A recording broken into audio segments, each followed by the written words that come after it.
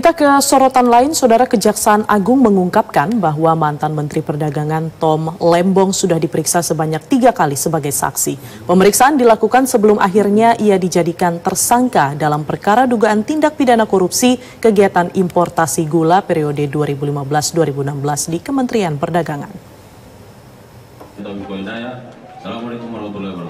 Kepala Pusat Penerangan Hukum Kejaksaan Agung Harli Siregar menyatakan, mantan Menteri Perdagangan periode 2015 hingga 2016, Tom Lembong, telah diperiksa 3 kali sebagai saksi sejak kurun waktu 2023.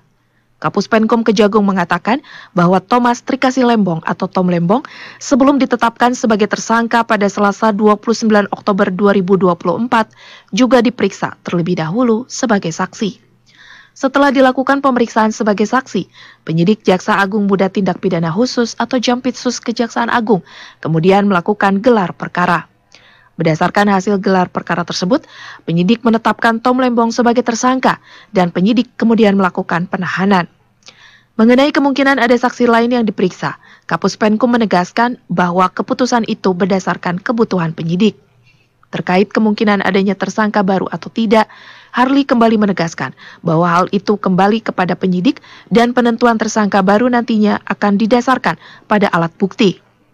Sebelumnya, Kejaksaan Agung menetapkan Tom Lembong sebagai tersangka dalam perkara dugaan tindak pidana korupsi kegiatan importasi gula periode 2015 hingga 2023 di Kementerian Perdagangan.